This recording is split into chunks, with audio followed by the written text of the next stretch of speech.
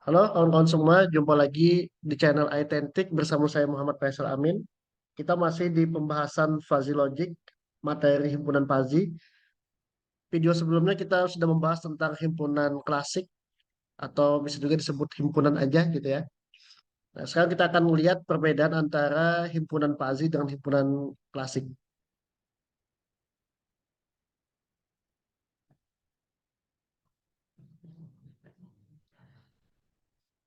Himpunan fuzzy ini karakteristiknya berbeda dengan himpunan konvensional ya atau himpunan klasik. Oleh himpunan klasik nilai keanggotaannya bersifat krips, kadang tidak sesuai dengan beberapa permasalahan di dunia nyata. Himpunan Pazi nilainya tidak hanya 0 dan 1 ya, tapi juga memiliki rentang di antara 0 dan 1.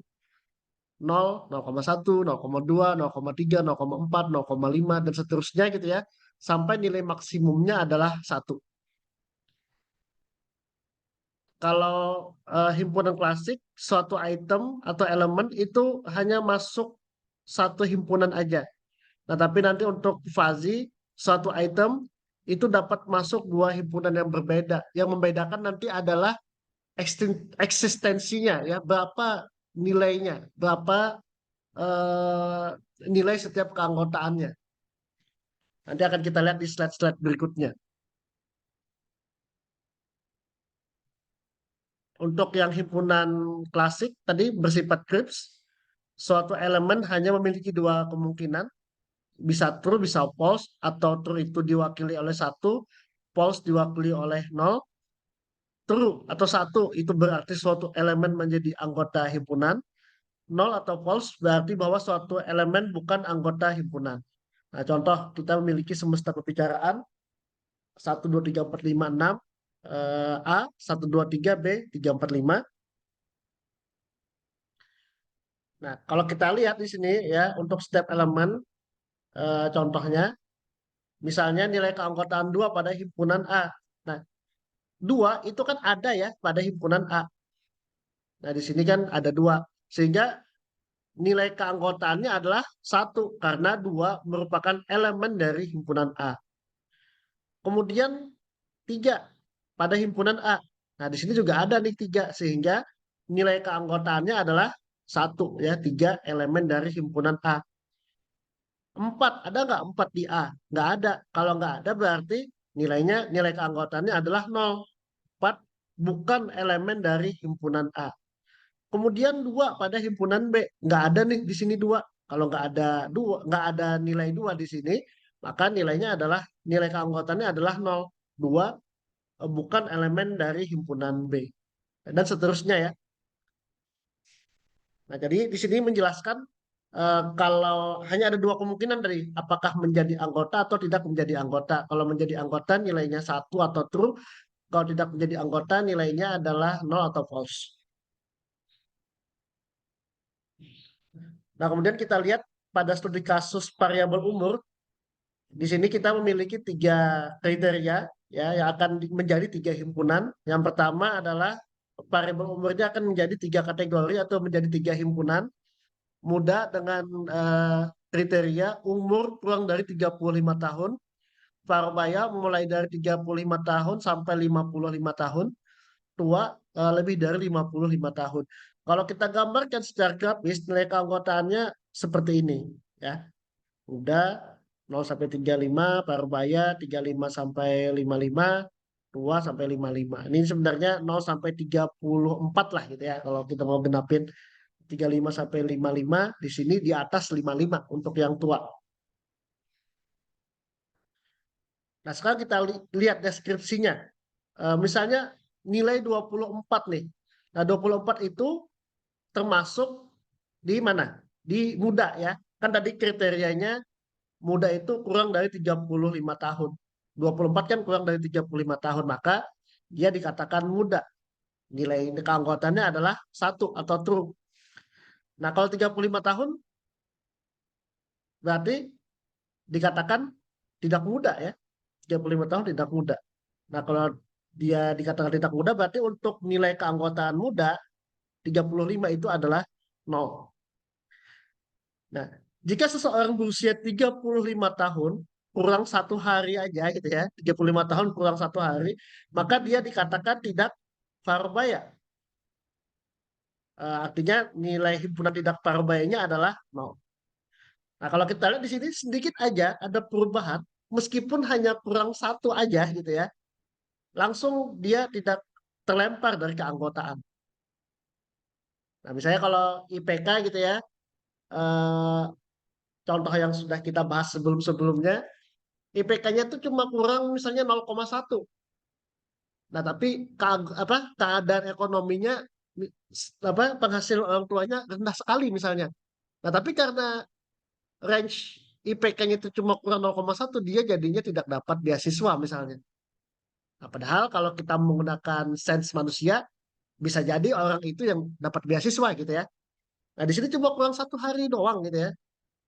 Atau kalau tadi yang IPK kurang 0,1 doang, langsung tidak dapat beasiswa. Langsung mengubah keadaan gitu ya. Langsung mengubah keputusan yang akan dia dapatkan.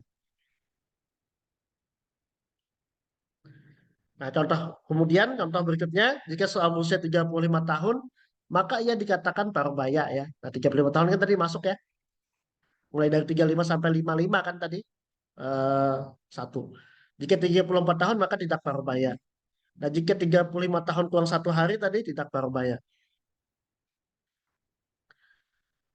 Nah, jadi kalau kita lihat dari studi kasus variabel umur, ternyata nilai keanggotaan ini bersifat apa memiliki kekurangan ya. Nilai keanggotaan yang bersifat KRIPS ini ada kekurangannya. Bisa dikatakan kurang adil gitu ya. Nah, perubahan kecil aja pada suatu nilai mengakibatkan perbedaan kategori yang cukup signifikan. Eh, Tidak ada toleransi sama sekali nih ya. Kurang semenit aja itu ya, atau kurang 1 hari aja nih, langsung berubah kategorinya. Nah, oleh karena itu himpunan klasik dengan nilai keanggotaan KRIPS ini perlu peningkatan. Nah, makanya himpunan PASI ini merupakan sebenarnya peningkatan dari himpunan klasik. Nah, himpunan PASI menawarkan keanggotaan yang bersifat PASI. Nah, sekarang kita lihat kalau himpunan FASI ini ya kita gunakan untuk variabel umur. Nah, jadi kalau yang tadi, yang himpunan klasik itu hanya satu nilai itu hanya bisa masuk satu himpunan aja. Nah, sekarang kita lihat kalau PASI ini ya, seseorang dapat masuk dalam dua himpunan yang berbeda, muda dan parubaya dan tua dan sebagainya. Nah, eksistensi dalam suatu himpunan dapat dilihat dari nilai keanggotaannya. Nah, kalau kita lihat di sini 40 ya. 40 ini eh, bisa 0,25, nilai keanggotaannya bisa 0,5. Nah, kita lihat ya. Nah, seseorang yang berumur 40 tahun, nah ini termasuk dalam himpunan muda bernilai 0,25. Nah, tapi dia juga masuk ke Parubaya dengan nilai 0,5. Nah, jadi kalau yang tadi kan kalau dia 40 itu tadi masuk Parubayanya satu ya, kalau yang pakai himpunan klasik atau konvensional dengan nilai keanggotaan PIPS 40 itu ya Parubayanya satu, kemudian untuk muda nol. Nah, tapi kalau di sini nggak kayak gitu. Dia bisa masuk keduanya. Muda 40 itu 0,25, Parubaya 40 itu 0,5. Nah, kemudian yang untuk 50 tahun, ini masuk dalam himpunan tua dan juga masuk Parubaya. Nih kalau kita lihat ya, untuk nilai 50 himpunan tua itu bernilai 0,25. Sedangkan untuk Parubaya nilainya 0,5.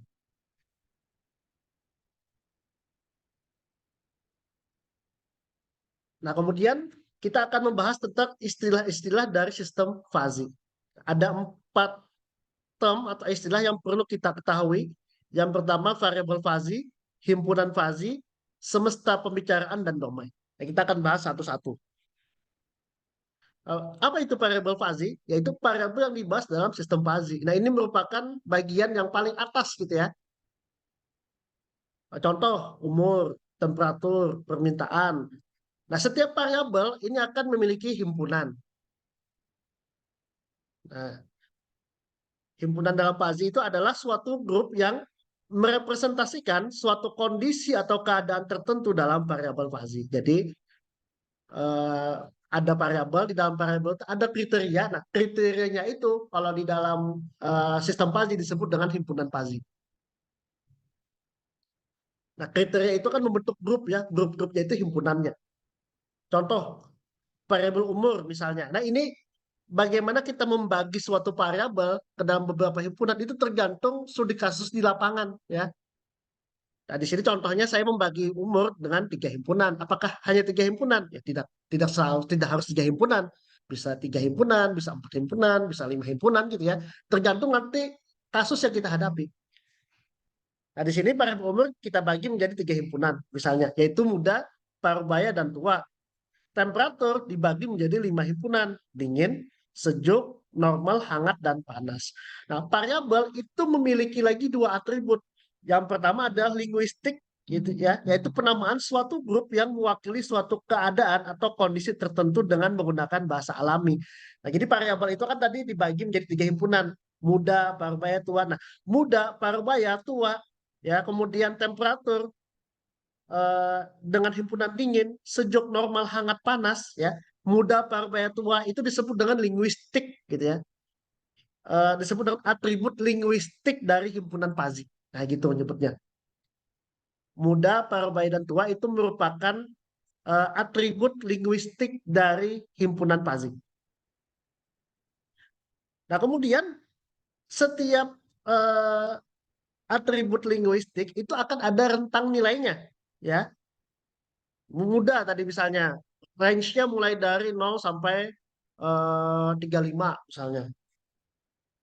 Kemudian Parubaya 35, mulai dari 35 sampai 55 gitu ya. Kemudian 55 ke atas tua. Nah, range nilainya itu ya kan diwakili dengan numerik. Nah, itu disebut dengan numeris. Jadi himpunan Pazi itu ada linguistiknya muda parubaya tua.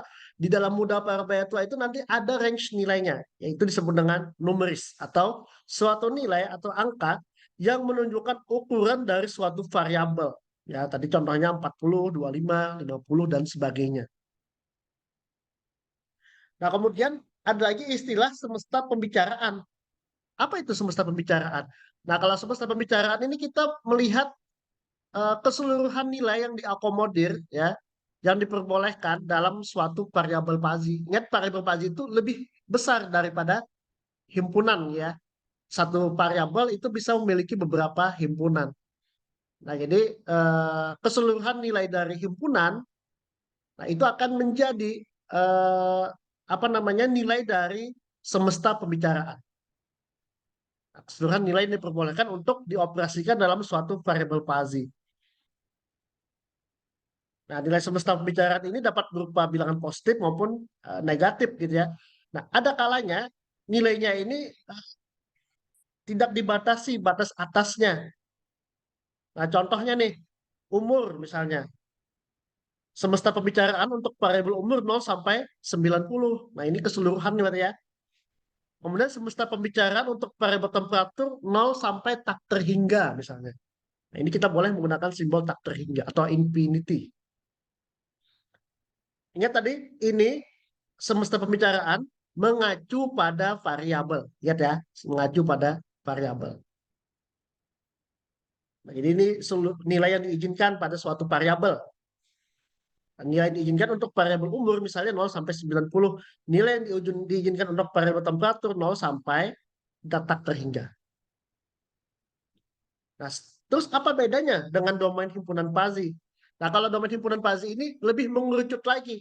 Bukan nilai yang diizinkan pada variabel, tapi spesifik pada nilai batas bawah dan batas atas dari himpunan Fuzzy. Tadi kan umur terdiri dari 3 himpunan gitu ya, muda, parubaya, tua. Nah, muda itu range-nya mulai berapa? Mulai nilai terendahnya berapa, nilai maksimalnya berapa? Nah, nilai range minimal dan maksimal untuk muda itu disebut dengan domain himpunan Fuzzy. Nilai maksimal, nilai minimal dan maksimal untuk parubaya, nah itu disebut dengan domain himpunan Fuzzy gitu ya. nilai minimal dan maksimal untuk tua itu disebut dengan tadi domain himpunan Fuzzy. Nah, ini juga nilai domainnya dapat berupa nilai positif maupun negatif. Nah, contoh domain himpunan Fuzzy nih, muda gitu ya. 0 sampai 45, Parubaya 35 sampai 55, tua 45 sampai 90, dingin 0 sampai 20, sejuk 15 sampai 25. Nah, pertanyaan saya sekarang, ini domain tadi ya. Nah, kalau semesta pembicaraan himpunan Fuzzy untuk variabel usia atau umur berapa? Berarti berapa? Kita lihat nilai batas bawahnya ya. Kan tadi umur itu muda, parubaya, tua ya. Berarti berapa? Kalau untuk eh, semesta pembicaraan Fuzzy. Berarti nilainya adalah, ini semesta ya, bukan domain nih. Berarti untuk variabel umur, semesta pembicaraannya adalah 0 sampai 90. Nah, mudah-mudahan bisa dipahami nih. Nah, kemudian untuk setiap himpunan tadi disebut dengan domain ya. Ini dingin, batas nilai terendahnya 0, nilai tertingginya 20, sejuk, nilai terendah 15, nilai tertinggi 25, normal, nilai terendah 20, nilai tertinggi 30, dan seterusnya. Nah, dingin panas ini kan adalah himpunan yang dimiliki oleh variabel temperatur. Oke? Nah, eh, jadi berapa nilai yang diizinkan yang dapat dioperasikan di variabel temperatur? Kita lihat nilai batas terendahnya ya, nilai terendahnya untuk variabel temperatur tadi adalah berapa? 0 dan 40 ya untuk contoh ini.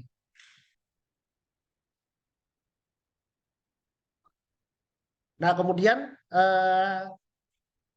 kuis. Nah, tadi kita sudah mempelajari materi tentang himpunan Fuzzy untuk mengukur kemampuan kawan-kawan semua seberapa mengerti tentang materi ini, silahkan menjawab kuis ini. Nah, untuk video hari ini sampai di sini. Sampai jumpa di video berikutnya. Terima kasih.